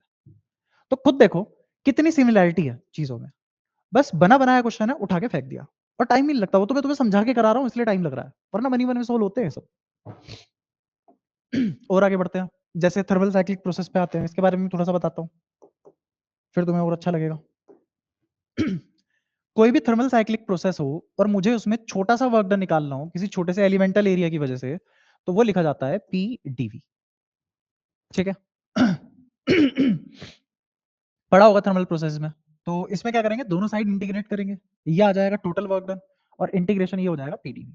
तो अगर तुमसे कोई भी पूछे कि जो भी मेरे थर्मल प्रॉपर्टीज ऑफ मैटर, उसमें तुमने पढ़ा होगा कार्नोट इंजन वगैरह साइक्लिक प्रोसेस, 4 टाइप के प्रोसेस होते हैं, आइसोथर्मल है ना, एडियाबैटिक और आइसोकोरिक आइसोबारिक, ये सब पढ़े होंगे तुमने नो डाउट। तो उन सब प्रोसेस में क्या होता है, वर्क डन मेरा इंटीग्रेशन ऑफ पीडीवी होता है। कोई भी प्रोसेस हो वर्क डन यही होगा, इसी से सारे वर्क डन निकलते हैं, 4 अलग अलग फॉर्मूले आते हैं। अच्छा अब इसमें खास बात यह है कि अगर डीवी, डीवी भी नहीं, अगर मैं बात करूं वी मतलब वॉल्यूम, अगर वॉल्यूम कांस्टेंट हो जाता है, तो वॉल्यूम कांस्टेंट होने का मतलब चेंज इन वॉल्यूम उड़ जाता है, मतलब जीरो हो जाता है। तो डीवी अगर जीरो हो गया, तो डीवी जीरो होने का मतलब है पी डीवी का इंटीग्रेशन भी जीरो हो गया, मतलब कोई वर्क डन नहीं हुआ।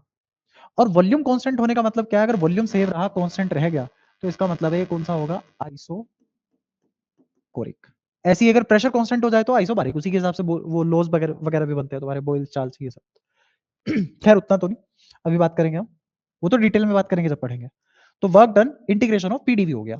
अब तुम्हें अगर कुछ कुछ देखा देखा लग रहा हो, तुमने अगर ऐसा देखा हो कि मैंने अगर लिखा इंटीग्रेशन वाई डी एक्स, तो ये क्या बताता है, मैथ्स में अगर पढ़ा हो तुमने, ये बताता है एरिया अंडर कर्व, और कौन सा कर्व, वाई एक्स कर्व, ठीक है। ऐसी अगर कहीं भी तुम्हें मैथमेटिकल चीजें दिख जाए, तो उसका सीधा सीधा मतलब क्या होता है, एरिया अंडर कर्व, बहुत बार पढ़ा होगा तुमने। तो यहाँ पे वर्क डन अपना क्या है, mathematically integration of P dV, integration of P dV. और अगर तुम इसको ग्राफिकली देखो, तो मैं अगर ये मेरा प्रेशर, सॉरी ये मेरा प्रेशर और ये मेरा वॉल्यूम, ठीक है, वाई एक्सिस एक्स एक्सिस, ठीक है। ऐसे कोई तो कर्व बना दिया मैंने, कोई फंक्शन है जो पी और वी को रिलेट कर रहा है, और उसका कर्व ऐसा बनता है, तो अगर इस कर्व के नीचे का बाउंडेड एरिया निकाल लूं, तो वो क्या कहलाएगा, वर्क डन, ठीक है। अब इसमें छुटपुट बातें हो रहा है, वो भी सीख लो लगे हाथ। जैसे अगर मैं बोलूं कि मेरी साइकिल एक क्लोज साइकिल है, मतलब साइकिल क्लोज ही होती है, साइक्लिक प्रोसेस है, ऐसे समझो इसको, साइक्लिक प्रोसेस है। तो साइक्लिक प्रोसेस दो तरीके से बनाया जा सकता है, एक क्लॉकवाइज सेंस में और एक एंटी क्लॉकवाइज सेंस में, क्लॉकवाइज सेंस में और एक एंटी क्लॉकवाइज सेंस में। कभी भी अगर क्लॉकवाइज सेंस में मेरी साइकिल चल रही है, तो मेरा जो वर्क डन आएगा वो कैसा आएगा, पॉजिटिव। और अगर एंटी क्लॉकवाइज सेंस में मेरी चल रही है साइकिल, तो क्या आएगा वर्क डन, नेगेटिव। ये छोटी सी बात और दिमाग के कोने में याद रख लेना, ठीक है। अच्छा अब अगर मैं यहां से वर्क डन का साइन भूल जाऊं, किन में, साइक्लिक प्रोसेस में अगर वर्क डन का साइन भूल जाऊं, तो उसी वर्क डन को क्या बोल देते हैं, विदाउट साइन, उसी वर्क डन को हम बोलना चालू कर देते हैं हीट रेडिएटेड, या फिर हीट जनरेटेड, या हीट डिसिपेटेड।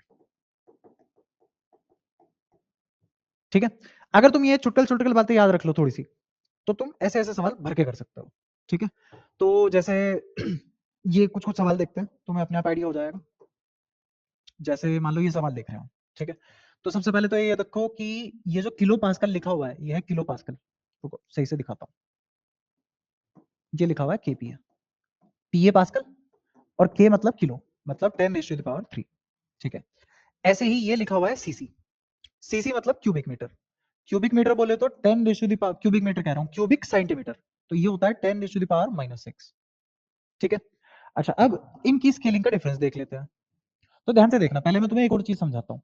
मान लो अगर मेरे से किसी ने पूछा कि भाई इस एस आर के नीचे का एरिया ये हुआ, हाँ बिल्कुल, तो इसका मतलब एस से आर या फिर आर से एस में जाते हुए कितना वर्क डन लगा, जितना मैंने रंग दिया ग्रे कलर से। ठीक है, ऐसे ही अगर तुमसे कोई पूछे कि पी से क्यू जाने में क्या वर्क डन हुआ, तो ये वाला हुआ। अब ये वर्क डन कैसा है, अलग साइन का, ये वर्क डन कैसा है, अलग साइन का। मुझे पता है ओवरऑल नेगेटिव आना है, क्यों, क्योंकि ये एंटी क्लॉकवाइज है, तो एंटी क्लॉकवाइज सेंस में है, तो मेरे को पता है पहले से ही नेगेटिव आएगा मेरा फाइनल आंसर। ठीक है, इतनी बात पक्की हुई। अब मेरे पास दो तरीके हैं, पहले मैं पूरा ग्रे निकालू, फिर मैं ऑरेंज निकालू और ग्रे में से ऑरेंज माइनस कर दूं, बाद में साइन लगा दूं। और दूसरा, क्यों ना मैं डायरेक्ट इसी का निकाल लूं, ये भी तो है ना, ये भी तो इन ग्रे और ऑरेंज का डिफरेंस येलो ही तो है। तो इस ट्रायंगल को, ट्रायंगल कह रहा हूं, इस रेक्टेंगल को पकड़ो, इसका एरिया निकालो, आंसर। अब देखो मनी वन में कैसे होता है, मनी वन में जो जो पूछूं वो बोलते रहना। 200 में से 100 हटाओ तो क्या 100 बचा। ठीक है, ऐसे ही 300 में से 100 हटाओ तो क्या 200 बचा, यहां बचा 100, यहां बचा 200, 200 इंटू 100 कितना हो गया, 200 इंटू 100। तो इसको तो दो को अलग रख लो या फिर 20 को अलग रख लो और इसको बोल दो 10⁻3। और यहाँ 10⁻3 था, यहाँ 10⁻⁻6 था, इनको अगर दोनों को मल्टीप्लाई कर दूं तो क्या बचेगा, 10⁻3। तो इसमें एक 10⁻³ और मल्टीप्लाई करना, ये और ये वंदे मातरम हो गए, आंसर क्या बचा 20। 20 के आगे नेगेटिव मत लगाना भूलना, क्योंकि ये एंटी क्लॉकवाइज था। क्या आप देख के लग रहा है मनी मन में हो जाता। और सवाल कहां से था ये, ओडिशा जेईई 2002। ऐसी एक और सवाल देखते हैं, देखो नीचे पड़ा हुआ है बेचारा, कब से इंतजार कर रहा है। इसका भी देखो, यहां से लेके यहां तक 2v माइनस वी मतलब v, यहां से लेके यहां तक मतलब 2p माइनस पी पी, और उसने कहा हीट रिजेक्टेड। हीट रिजेक्टेड मतलब हीट की बात कर रहा है, नेगेटिव पॉजिटिव भूल जाओ, सीधा आंसर करो। तो P into V is your heat rejected, ये रहा। बताओ इससे इससे आसान क्या पूछ लेगा बेचारा, है ना। और ये कहा था AIPMT। देखो खुद ही सेम टाइप का सवाल है, दो बार रिपीट हो चुका है। अब आते हैं अपने नीट भैया 2024 पे। तो वो कह रहा है एक थर्मोडायनेमिकल प्रोसेस है और तुमसे पूछ रहा है कि पाथ BC के अलोंग क्या वर्क डन होगा। ये रहा पाथ BC। अब चाहे ऊपर जाए नीचे जाए उससे क्या ही फर्क पड़ रहा है, क्यों, क्योंकि खुद देखो इस पूरे एक्सिस पे वॉल्यूम चेंज नहीं हो सकता। तो जब डीवी ही 0 हो गया बेचारे का इस वाली लाइन पे, तो काहे का वर्क डन। ठीक है, इतनी आसान है बेचारी फिजिक्स, खाम में नफरत कर रहे हैं लोग। खैर आगे बढ़ते हैं। अच्छा देखो एक एक चीज सवाल देखो एनसीईआरटी का, तुम्हें खुद पता लग जाएगा हाँ कितने मैच करते हैं। उसने मेरे से पूछा है कि एक साइक्लिक प्रोसेस है, इसका वर्क डन निकाल दो। तो वर्क डन क्या निकालना है, इसका एरिया निकाल लो, बाउंडेड एरिया। तो बाउंडेड एरिया क्या आ जाएगा, इसका इन दोनों के बीच का डिफरेंस कितना 300, इन दोनों के बीच का डिफरेंस 3। तो इन दोनों के मल्टीप्लाई करेंगे, आधे से मल्टीप्लाई कर देंगे, half into base into height करते ही कितना आ जाएगा ये 900 बटा 2 मतलब प्लस का 450। निपट गया बेचारा। ऐसे ही ये भी देख लो एक आखिरी, इसको ही क्यों छोड़ दे। तो उसने कहा है एक गैस है अंडरगोज ये फलाने ढंग का पीवी डायग्राम, वर्क डन निकालना है अपने को। तो वर्क डन मतलब इसका एरिया निकालो और फेंक के मारो। आओ करें, इन दोनों के बीच का डिफरेंस 2v वी नोट, इन दोनों के बीच का डिफरेंस पी नोट, दोनों की मल्टीप्लाई कर दो कितना आ जाएगा 2p नोट वी नोट। और कैसा है साइक्लिक, वो भी एंटी क्लॉकवाइज, और वर्क डन की बात कर रहा है, तो सामने बस माइनस और लगा देना आंसर। ठीक है, आओ थोड़ा और आगे बढ़े, थोड़ा तेजी भी पकड़े। अच्छा ट्रांसफॉर्मर और देखो, ट्रांसफॉर्मर में दो कॉइल होती है, सबे पता है, म्यूचुअल इंडक्टेंस के ऊपर काम करता है ये। तो इनको मैंने बोला primary winding, primary coil, primary coil. ऐसे ही साइड है, मान लो कोई सेकेंडरी कोइल, ये हो गई सेकेंडरी कोइल। और कोई वायर है जो इनको पिरो के चली जाती है ऐसे, और तुम्हारा ट्रांसफॉर्मर तैयार। ठीक है, बेसिकली वाइंडिंग होती है जिसके जो इनके अंदर से जा रही होती है ऐसा मान लो कि इधर और इधर कॉमन आयरन बार्स हैं जो इन दोनों के अंदर से जा रही है, ठीक है। अब यहाँ पे एक बात है जो बहुत ही ध्यान से समझने वाली है। अगर यहाँ से 1 टन का फ्लक्स देखो, ध्यान से सुनना बहुत ध्यान से, अगर 1 टन का फ्लक्स देखा जाए तो 1 टन का फ्लक्स दोनों का बराबर होगा। फ्लक्स पर टर्न दोनों का बराबर होगा। कैसे? मान लो यहां से 50 लाइनें निकली, तो यहाँ 50 लाइनें ही तो एंटर करेंगी, ना ज्यादा ना कम।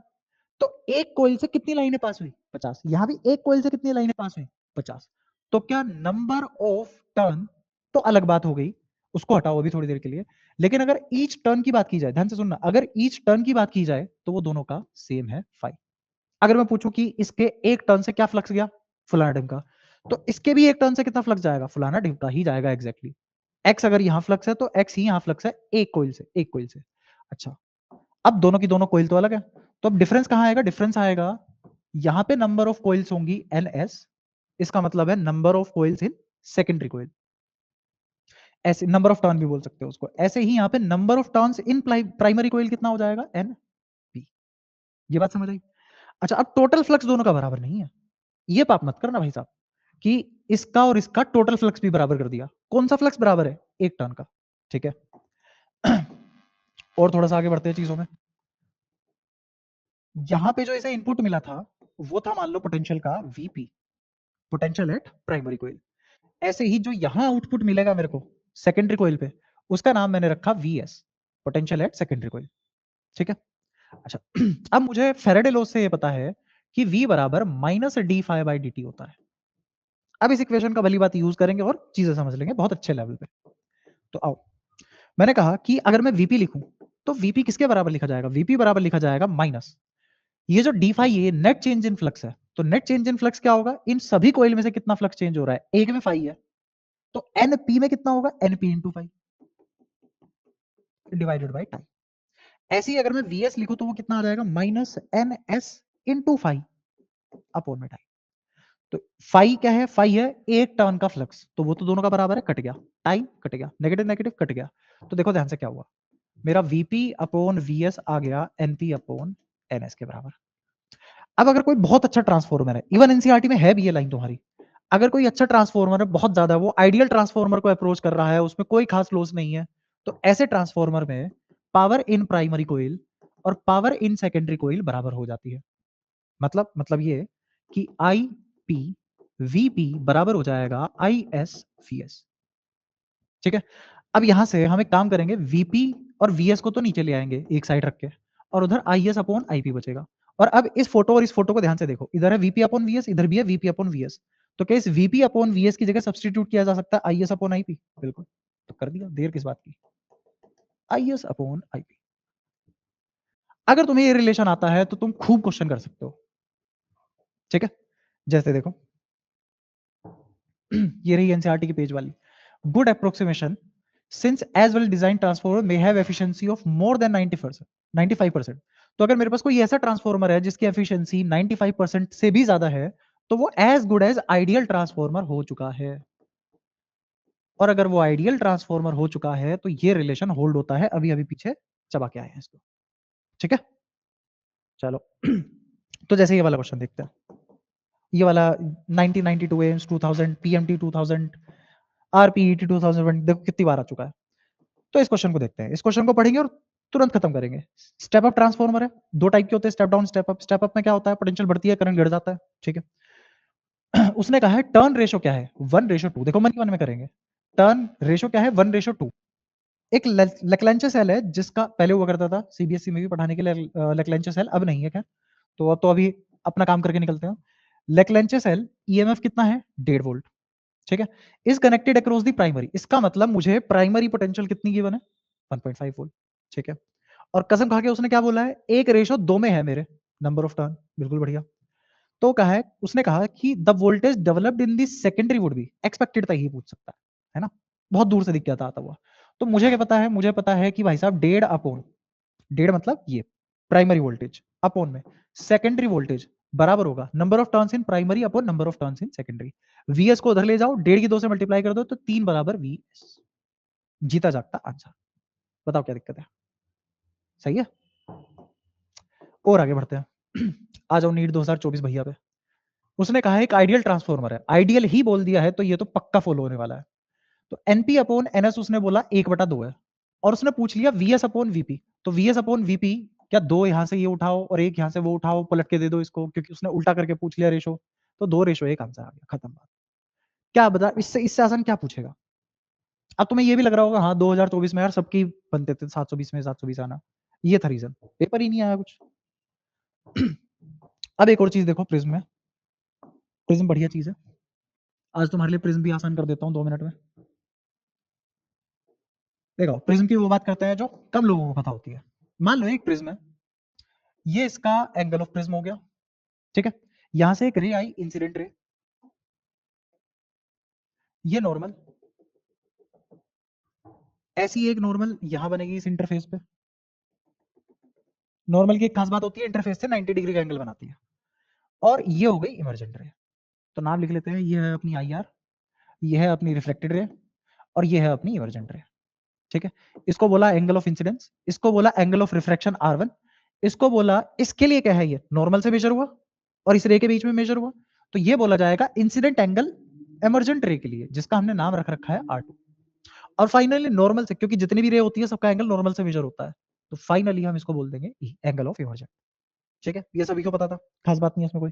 अब अगर मैं इसको पीछे तक ज्वाइन करूं, तो ध्यान से देखना, नॉर्मल और इंटरफेस के बीच का एंगल 90 डिग्री होता है, ये रहा। यहाँ पे भी 90 होगा, ये रहा। तो मेरा क्वाड्रिलेटरल के चारों कोनों का समेशन 360 होना चाहिए था, जिसमें से 180 तो इन्होंने घेर लिया, ठीक है। देखते जाओ, बहुत आसान है। इन दोनों का एडिशन कितना बचा, 180। 180 में से ए ये हो गया, तो बेचारा ये कितना बचा गरीब, पाई माइनस 180, ठीक है। अच्छा, अगर ये एंगल पाई माइनस 180 बचा, तो मैं यहां से एक इक्वेशन लिख सकता हूं। वो इक्वेशन क्या है, R1 plus R2 plus pi minus 180 कह रहा हूं, देखो बुद्धि कहां चल रही है, पाई माइनस ए। इन दोनों का समेशन 180 आना चाहिए था, तो उसमें से ए इसने घेर लिया, तो इसके पास क्या बचा, पाई माइनस ए। तो अगर मैं इन तीनों को ऐड कर दूं, R1 plus R2 plus pi minus A, तीनों का समेशन क्या, पाई खुद 180 आना चाहिए। ये और ये वंदे मातरम, ए उधर जाएगा प्लस का, तो ए बराबर R1 प्लस R2। कोई भी प्रिज्म अगर दुनिया में बना तो इस इक्वेशन को लिखने से नहीं रोक पाएगा कोई भी, ठीक है। चलो, अच्छा अब इस पॉइंट पे, इस वाले पॉइंट पे स्नेल्स लॉ लगाते हैं, देखते हैं क्या मिलता है। स्नेल्स लॉ, उससे पहले एक छोटी सी बात ये कर लेते हैं कि भाई साहब अगर बुरा ना मानो तो ये एयर है और इसके रिफ्लेक्टिव इंडेक्स को म्यू मान लिया गया है, और यहाँ पे फिर से एयर है जिसका रिफ्लेक्टिव इंडेक्स 1 है। तो स्नेल्स लॉ लिखते हैं अब इसके लिए। तो स्नेल्स लॉ इस इंटरफेस पे, इस वाले इंटरफेस पे क्या लिखा जाएगा, 1।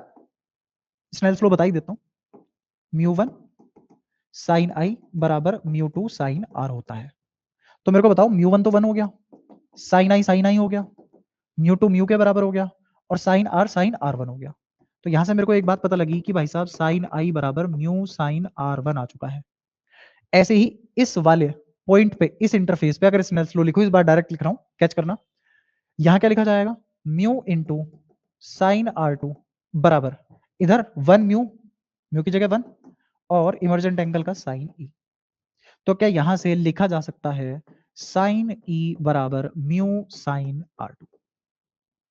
अगर तुम्हें ये 3 इक्वेशन पे पहुंचना आता है, तो तुम प्रिज्म में कुछ भी कर सकते हो, लिटरली कुछ भी कर सकते हो। नहीं भरोसा हो रहा, भी देखना, बढ़िया जगमगाता हुआ सवाल करेंगे, तबीयत खुश हो जाएगी तुम्हारी। आओ। तो इसको इक्वेशन 1 माना, इसको इक्वेशन 2 माना। अब मैं प्रिज्म में कुछ ऐसी बात करता हूं, जैसे मान लो मैंने एक प्रिज्म बनाया, ये रहा, काले रंग का ही बना लेते हैं, ज्यादा फैशन में आने का कुछ नहीं रखा। चलो, अब मैंने कहा कि बन गई नॉर्मल वगैरह, ये आई इंसिडेंट रे किसी एंगल आई पे, बेचारी रिफ्लेक्ट हो गई, ये दूसरे नॉर्मल। अब हुआ क्या, इस पॉइंट पे इसको रिफ्लेक्ट होके यहां जाना था, बट ये यहां ना जाके इस इंटरफेस को ग्रेज कर गई। ग्रेज करने का मतलब उसके लोंग चली गई। तो एक्चुअल में लाइट का पाथ ये रहा, तुम्हारे सामने हाजिर, इस इंटरफेस को ग्रेज करते हुए चली गई। इसका मतलब ये हुआ कि यहां जो एंगल बना वो बेचारा क्रिटिकल एंगल था, और क्रिटिकल एंगल पे टीआईआर हो जाता है। कंडीशन देखो सारी फुलफिल हो रही है, अंदर का डेंसर है, बाहर का रेयर है, पहली कंडीशन फुलफिल। ये एंगल थीटा सी मतलब क्रिटिकल एंगल बन रहा है। क्रिटिकल एंगल बनने पे क्या ये 90 बन जाएगा, बिल्कुल बन गया, ठीक है। मजा आया देख के। अब ये हो क्या रहा है यहाँ पे वो देखना।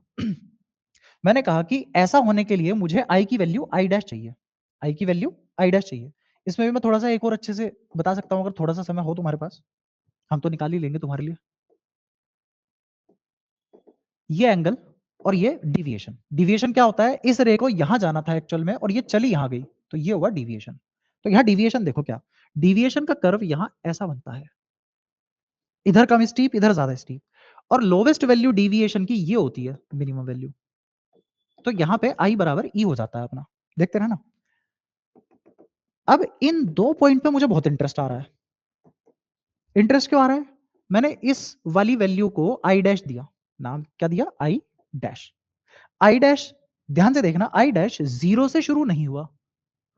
इसका मतलब पता है क्या है, इसका मतलब ये है अगर आई डैश 0 से शुरू नहीं हुआ, तो इसका मतलब आई सारी वैल्यू नहीं ले सकता। भाई साहब, आई की सारी वैल्यू जिंदगी में एग्जिस्ट नहीं कर सकती, तो इसका मतलब कुछ वैल्यूज है जिस पे तुम रे को इंसिडेंट नहीं करा सकते, प्रिज्म पे काम ही नहीं करेगा। देखो कैसे, मैंने कहा कि मान लो ये वो आई डैश की वैल्यू है जिसपे टी आई आर कर जाता है, E90 आ जाता है। कैसे देखना, E90 आ चुका अपना, तो मेरा आई हमेशा इन दो वैल्यू के बीच में एग्जिस्ट करेगा। देखो कैसे, ध्यान से देखना, अगर मैं यहां इस पे आ जाऊं, ये साइन आई लिखा हुआ है, इस साइन आई में अगर मैं इस आई को घटा दूं, तो म्यू तो कांस्टेंट है, बहुत ध्यान से देखना, म्यू तो कांस्टेंट है, इस आई को घटाया, म्यू कांस्टेंट है, साइन एक फंक्शन है, तो क्या R1 भी घटेगा, आई घटाने से R1 घटा। अब आ जाओ इस पे, ए तो प्रिज्म का एंगल है, कांस्टेंट है, और R1 तुम घटा के आ चुके हो, और ये कांस्टेंट है, R1 घटा है, तो ये तो बदल नहीं सकता, तो इसको बढ़ना पड़ेगा। अब देखो यहां पे क्या जादू हुआ, मैंने कहा कि आई डैश एक वो एंगल है जिस पे दूसरे वाले इंटरफेस पे क्रिटिकल एंगल बन जाता है, R2 बन गया, शाबाश। तो अब अगर मैं इस आई को आई डैश से भी छोटा कर दूं, तो क्या मेरा R1 घटेगा, और अगर मेरा R1 घटा, तो इस इक्वेशन के हिसाब से क्या मेरा R2 थीटा सी से बड़ा हो जाएगा, और अगर क्रिटिकल एंगल से बड़ा हो गया एंगल, तो ये रे रिफ्लेक्ट कर जाएगी, जिसको TIR बोलेंगे हम। ऐसा है, तो ये बात समझो कि आई डैश वो लास्ट एंगल था जिस पे मैं प्रिज्म को प्रिज्म जैसा काम करवा पा रहा था, और जो तुमने पढ़ा है वो वैलिड था। अगर जैसे ही तुमने आई को आई डैश से भी छोटा कर दिया, तो अब TIR होने लग जाएगा, जो तुमने पढ़ा है प्रिज्म के लिए वो सब धरा का धरा रह जाएगा। ये सारी बातें समझ आती हैं। इसका मतलब कुछ लिमिटेड वैल्यूज ही है आई की, मतलब आई डैश से छोटा आई को नहीं कर सकते, वरना प्रिज्म प्रिज्म की तरह काम नहीं करेगा, वो TIR करेगा। क्या यहां तक ये सारी बात समझ में आती है, पक्का। बढ़ते हैं आगे, अब एक बढ़िया सवाल करते हैं, बहुत हो गया आसान आसान सवाल, कुछ अच्छा भी करते हैं, है ना।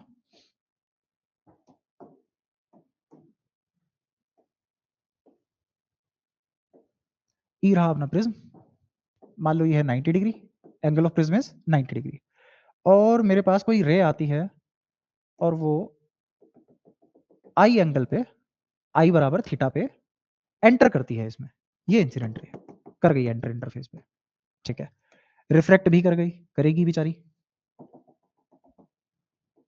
कर गई। रिफ्लेक्ट करने के बाद ऐसे आई, ऐसे आई, और वो इसके अलोंग में चली गई, तो ये IR, रिफ्लेक्टेड रे और इमर्जेंट रे। तो मुझे यहां से साफ साफ बातें क्या पता लग गई, पहली बात जो मुझे पता लगी, भाई साहब E90 हो चुका है, खुशखबरी। दूसरी बात, ये पक्की बात है थीटा सी रहा होगा, कोई नहीं रोक सकता इसको, ठीक है। अब उसने क्या कहा, उसने कहा कि इसका रिफ्रैक्टिव इंडेक्स है म्यू, एंगल है थीटा, तो तुम्हें इस प्रिज्म का रिफ्रैक्टिव इंडेक्स ही निकालना है in terms of theta, in terms of theta, ठीक है। इस थीटा सी को एक काम करो, तुम्हें तो पता है ना मनी मनी ये क्रिटिकल एंगल है, क्योंकि मैं थीटा यहां ले चुका हूं, तो इसको कोई और नाम दे दो, मैं अपनी तरफ से नाम दे देता हूं, इसको y और इसको x, और मुझे चाहिए mu in terms of theta, theta given है तुम्हें, ये गिवन है, और ये निकालना है। क्वेश्चन तैयार, पोज करके सोचना, अभी तो मैं करा देता हूं, तो कर लो, बहुत जल्दी खत्म हो जाता है, आप करते हैं। इस वाले ट्रायंगल पे ध्यान दो, अगर ये 90 है, तो ये पाई माइनस 90 होता है, अभी अभी देखा हमने, और अगर ये पाई माइनस 90 है, सॉरी, अगर ये पाई माइनस 90 है, तो पाई माइनस 90 मतलब खुद 90, शाबाश, क्लियर। अच्छा अब इस इंटरफेस पे स्नेल्स लॉ लिखो। इस इंटरफेस पे जब स्नेल लॉ लिखोगे तो ये आ जाएगा म्यू साइन वाई बराबर, इधर लिखा जाएगा 1 × 1, क्योंकि रिफ्लेक्टिव इंडेक्स भी 1 है और जब साइन 90 निकालोगे वो भी 1 आएगा, तो म्यू साइन वाई बराबर 1 × 1। तो यहां से म्यू या फिर साइन वाई किसके बराबर आ गया, 1/म्यू। अब इस वाले ट्रायंगल पे आ जाओ। इस वाले ट्रायंगल में देखो ध्यान से, इस वाले ट्रायंगल में मुझे पता है इन तीनों का समेशन 180 है, तो अगर मुझे y को इन टर्म्स ऑफ x निकालना हो, क्या मैं लिख पाऊंगा 90 - x? सोचो, थोड़ा सा गुट्टों पे जोर डालो, तो ये लिखा जाएगा साइन 90 - x बराबर 1/म्यू, तो जिसको मैं लिख पाऊंगा कोस x बराबर 1/म्यू। इतनी बात समझ में आती है? अगर तुम्हें यहां तक समझ आ गया, खेल खत्म हो गया, सवाल हो गया। आगे बढ़ते हैं। बस इस इंटरफेस पे और थोड़ी सी दया करके स्नेल्स लॉ लिख लो। तो यहां क्या लिखा जाएगा, 1 × sine theta is equal to mu × sine X. अब यहां से साइन एक्स निकाल लो, अभी तुम्हें समझ आ जाएगा मेरी चालाकी क्या है। ये आ जाएगा साइन थीटा अपॉन म्यू। मुझे चाहिए mu in terms of theta और मैं करने वाला हूं इन दोनों में से एक्स को एलिमिनेट, 10वीं क्लास का काम। तो आओ करे एलिमिनेट। इसको मान लिया 1, इसको मान लिया 2 और खेला खत्म। 1² + 2² कर दो। अब देखना, sine square x plus cos square x क्या बना, 1, तो इधर तो आ गया 1 जेब में। यहां क्या बनेगा, साइन स्क्वायर थीटा अपॉन में म्यू, और इसका स्क्वायर करके ऐड करेंगे तो क्या बनेगा, 1/म्यू स्क्वायर, इधर भी म्यू स्क्वायर। ठीक है, अब म्यू स्क्वायर कॉमन खींचो, 1 में मल्टीप्लाई करो और रूट को उधर भेजो, जैसे ही टोपा उधर जाके जाता है तो छाता बन जाता है, ये बना छाता और ये बचा 1 + साइन स्क्वायर थीटा। ई आ गया अपना म्यू का वैल्यू। मजा आया क्वेश्चन करके? ठीक है, आगे बढ़ो। अच्छा अब ये वाला क्वेश्चन ध्यान से पढ़ो, आराम से, कोई जल्दबाजी नहीं है, कोई लोड लेने की जरूरत नहीं है, ध्यान से क्वेश्चन पढ़ो। एडिशनल क्वेश्चन है सीबीएसई का सपोर्टिव मटेरियल का, पढ़ो एक बार इसको और तुम्हें पता लगेगा हमने कितनी एफिशिएंटली सबसे आसान सॉल्यूशन, सबसे आसान तरीके से ये सवाल किया है। कर पा रहे हो? समझ में आ रहा है? मजा आ रहा है? आओ, क्वेश्चन एग्जैक्टली वही है, मैंने बस पहले करा दिया, अब इसने लैंग्वेज में लिख के दे दिया। वो कह रहा है कि एक रे आई है, थीटा एंगल पे आएगी, वाइट पे वाइट, थीटा एंगल पे एक रे आई, रिफ्लेक्ट हुई और ग्रेज कर गई, तो इसका मतलब यहाँ जो ये वाई एंगल बना, ये क्या था, क्रिटिकल एंगल था। ठीक है, यहाँ का एंगल हमने एक्स मान लिया खुद अपनी मर्जी से, तो ये एक्स और वाई कुछ भी मान लो, उससे क्या फर्क पड़ रहा है, तो हमने एलिमिनेट करने ही थे ना। वाई को एक्स के टर्म्स में रिप्रेजेंट किया, रिप्रेजेंट करने के बाद इक्वेशन बनाई, इक्वेशन में राइट हैंड साइड को स्क्वायर करके ऐड किया तो एलिमिनेट हो गया अपना, और सवाल खत्म हो गया। और फाइनल आंसर क्या आया था, mu equals to √1 + sine square theta. अब यहाँ पे थीटा की वैल्यू कुछ भी दे दे, मान लो थीटा की वैल्यू 30 डिग्री रख दी, तो अब पूछे 30 डिग्री रख के क्या रिफ्लेक्टिव इंडेक्स आएगा, तो रिफ्लेक्टिव इंडेक्स कितना आ जाएगा, 1 + साइन 30 इज 1/2, तो 1/2 का स्क्वायर। और जैसे ही तुम ये लिखोगे तो 1/2 का स्क्वायर इज 1/4, 1/4 + 1 इज 5/4, तो ये आ गया √5/√4 मतलब 2, तो म्यू आ गया √5/2। अब आ जाओ नीट भैया 2024 पे, ये फॉर्मूला याद रखो, एक बार वो सवाल पढ़ो, थोड़ा सा कष्ट लो, दिमाग पे जोर डालो और आंसर बक दो मनी मन। मेरे तक तो पहुंचेगा नहीं क्योंकि ऑब्वियसली अभी टेलीपैथी नहीं आई मेरे को। हुआ? तुम पोज कर सकते हो, है ना? पोज करो, आराम से सोचो समझो, तब तक मैं मारियो बन के घूमता हूं इधर उधर। आओ इसने कहा कि एक रे है जो 30 डिग्री पे एंटर करी, बेस के पैरेलल निकल गई और फिर ग्रेज कर गई। मुझे इससे मतलब है भाई, ग्रेज कर गई, ग्रेज करते ही मेरा रिफ्लेक्टिव इंडेक्स का ये वाला फॉर्मूला चालू हो जाता है। और आपने बोला है कि थीटा 30 है, तो हमने थीटा 30 फेंक दिया, तो आंसर कितना आ गया, √5/। डन। मजा आया? चीजें इतनी आसान है, वाकई में है। और अगर कोई मुश्किल चीज है भी तो हमारा फर्ज बनता है ना तुम्हें आसान करके दो उन चीजों को, तो तुम्हें आसान करके दी जाएगी, उसकी लोड तुम मत लो। ठीक है, अच्छा अब सरफेस टेंशन की और बात करते हैं। ये तो बिल्कुल ही मरगिल्ला चीज। सरफेस टेंशन का ले देके एक ही फॉर्मूला है, अगर ड्यूअल सरफेस है तो F/2L। ड्यूअल सरफेस मतलब दोनों साइड सरफेस टेंशन आ रही है, ड्यूअल सरफेस। ठीक है जैसे मान लो ऐसे होते हैं बचपन में, ऐसे ऐसे हाथ करते हैं और फिर यूं करते हैं और यहाँ पे एक फिल्म बन जाती है, देखा हो, ऐसे एक फिल्म बन जाती है, तो वो फिल्म दोनों साइड से प्रेशर फील कर रही होती है, उसके लिए तो है ये फॉर्मूला। ठीक है, या फिर एक और एग्जांपल ले सकते हो, तुमने बबल लिया, बबल में अंदर एयर होती है, ये सोप होता है, सोप फिल्म, और फिर बाहर फिर एयर होती है, तो इस सोप फिल्म पे दोनों साइड से प्रेशर लग रहा है, तो इसकी सरफेस टेंशन क्या होगी, F/12। ऐसे ही अगर कोई ड्रॉप हो, तो ड्रॉप में तो पूरा भरा हुआ होता है और एक साइड एयर होती है, एक साइड मीडियम होता है। तो यहाँ पे क्या आएगा सरफेस टेंशन का फॉर्मूला, F/L। ये सिंगल सरफेस ठीक है। अब इतना इजी कॉन्सेप्ट, और इसके ऊपर ये वाला क्वेश्चन देखते हैं। देखो कितना पुराना क्वेश्चन है, इतना पुराना क्वेश्चन है और बस डेटा चेंज करके as it is ditto tape दिया इन्होंने नीट वालों ने। आओ देखो, उसने कहा है force required to take away this circular plate of radius 2 centimetre from the surface of the water. ये फलाना ढिमका, मतलब सीधा सीधा डेटा पकड़ते हैं। उसने 2 सेंटीमीटर दिया अपने को, और भाई साहब ने सरफेस टेंशन दे दी हमें 70 डाइन पर सेंटीमीटर। अच्छा, आंसर डाइन्स में ही है तो कोई यूनिट कन्वर्जन की जरूरत नहीं है, सीजीएस में खेल रहा हो, सीजीएस में खेलने दो उसको, कोई दिक्कत नहीं है।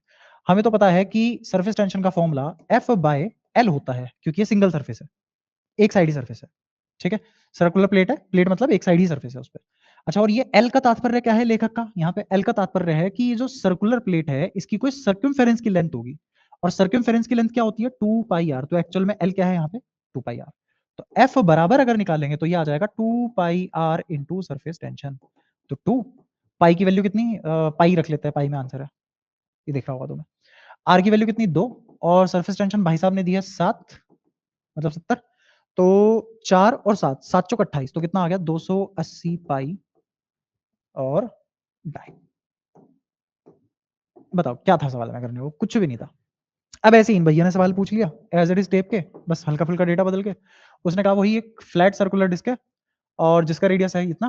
अच्छा, अब इसने देखो मिली न्यूटन, न्यूटन इन सब में बात की है, मतलब ऐसा यूनिट में बात कर रहा है, तो मेरे को इसको कन्वर्ट करने की जरूरत पड़ेगी। तो मुझे इसे लिखना पड़ेगा 4.5 इंटू 10⁻⁻²। इस place gently over the surface of the water, the surface tension of the water is 0.07। तो सरफेस टेंशन 0.07 दे दी, तो फोर्स कितना हो जाएगा, force equals to surface tension ये रही इनटू इनटू लेंथ। तो लेंथ अगेन यहाँ पे सर्कुलर प्लेट है तो कितना होगी, 2πr। तो r तो मैंने लिख लिया, इनटू में 2π और कर दो, हो गया। तो अब इसको कर लेते हैं, यहां से पॉइंट हटाया, यहां से भी पॉइंट हटाया, तो ये नीचे आया 10, ये नीचे आया 10, तो टोटल बन गया 10⁻⁻⁴। ठीक है, और 45 दूनी कितना हो गया, 90। तो ये हो गया 90 इंटू 7, और पाई की वैल्यू क्या लिख लेते हैं, 22/7। तो 7 से 7 ये मर गया। अच्छा, एक जीरो ने इसको मार दिया, और 22 निम्बा कितना होता है, 198। तो कितना आ गया 198 इंटू क्या बचा है अपना यहाँ पे, 10⁻⁻³ ठीक है। हाँ, अब तक तो सही किया, कोई दिक्कत नहीं है। तो जैसे ही 10⁻³ बचा हमारा, तो कितना आगे, 10⁻³ का ही मतलब क्या होता है, मिली। तो एक बार देख लेते हो ऑप्शन से क्या क्या हो रहा है अपने पास। 1.98, 1 पॉइंट, ठीक है। तो 22 निम्मा हमने किया, एक बार दोबारा कर लेते हैं, कहा इतना टाइम, कैलकुलेशन दोबारा करें। तो पॉइंट हटाया, 10 नीचे आया, पॉइंट हटाया, 10 नीचे आया, दोनों 10 ऊपर गए, तो ये लिखा गया 10⁻⁻⁴। 45 इंटू 2 हमने कर दिया, 90 आ गया, कोई दिक्कत नहीं है। 7 किया और इसको लिख लिया 22/7। 7 से 7 कैंसिल हो चुका है, कोई दिक्कत नहीं है हमें। तो इस जीरो को इसमें समा गया, तो ये -3 बचा, और 9 दूनी 18, 1 9 दूनी 18 और 1 198 इंटू 10⁻⁻3। अच्छा जी। हम्म, तो यहाँ पे एक बार देख लेना कैलकुलेशन करके, ऐसे ही कुछ आएगा। ऑप्शन तो मेरे को भी नहीं पता, भाई निकालते ही हैं। तो मेरे हिसाब से आ जाना चाहिए 0.198 न्यूटन या फिर 198 मिली न्यूटन, क्योंकि 10⁻⁻³ ही मिली न्यूटन होता है। ठीक है, एक बार देख लेना कैलकुलेशन में, तो ऐसी कोई खास बात है नहीं। वो तो यहाँ गलत होगी तो यहाँ गलत होगी, वहाँ गलत होगी तो वहाँ गलत होगी, यहाँ सही तो यहाँ सही, वहाँ सही तो वहाँ सही। ठीक है, ठीक है। Calculation basically presence of mind है, उसमें कुछ नहीं रखा। अच्छा, कॉम्बिनेशन ऑफ कैपेसिटर हुआ, देखो लास्ट यूज के बाद वाइंड अप करते हैं तुम्हारा खेल, तुम भी एंजॉय करना, अच्छा लगे तो बताना। जैसे मान लो एग्जांपल लेता हूँ, मैंने 3 कैपेसिटर चुके, चुगने के बाद उनको इस फैशन में लगा दिया, ई बटारी मैया से जोड़ दिया, सबके नाम पे सी लिख दिया, और ये रहा ईएमएफ। सबका कैपेसिटेंस सेम, ठीक है, सब माइक्रोफैराड में लो, फैराड में लो, सबकी यूनिट भी सेम है। तो मेरे को निकालना है इसका सी इक्विवेलेंट। तो देखो सी इक्विवेलेंट कैसे निकालते हैं, मुझे ये पता है कि अगर पैरेलल में लगा हो, कैपेसिटेंस अगर पैरेलल में लगी हो, तो सी इक्विवेलेंट आता है C1 + C2 डायरेक्टली।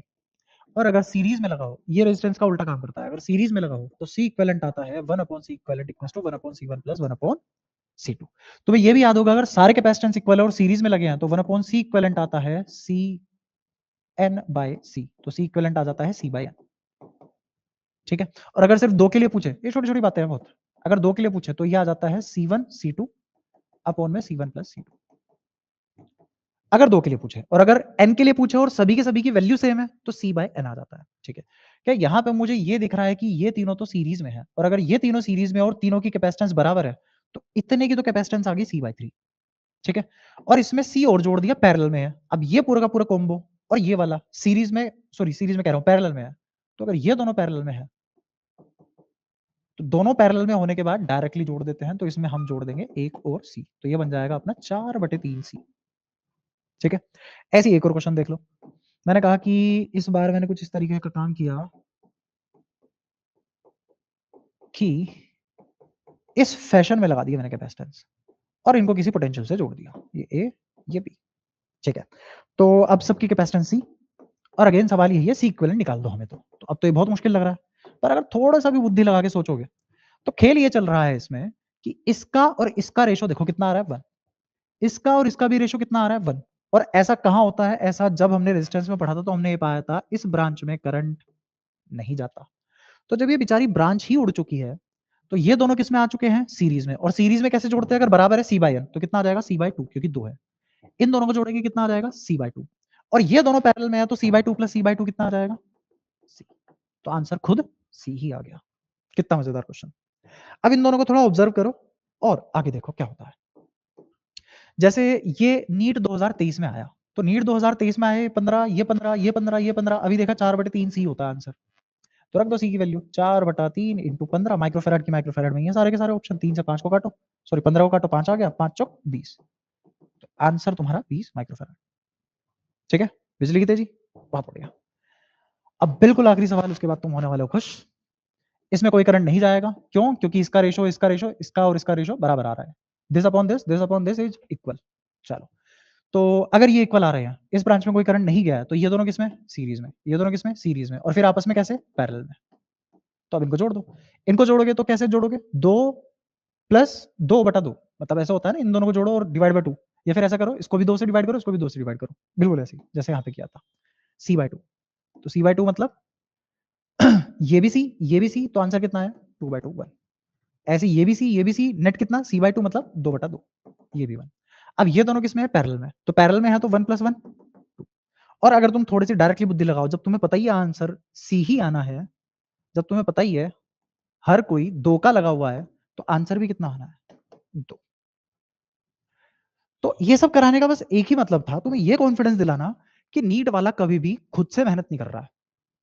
जो पेपर बना रहा है, एनटीए जो बॉडी है, वो नहीं कर रही मेहनत।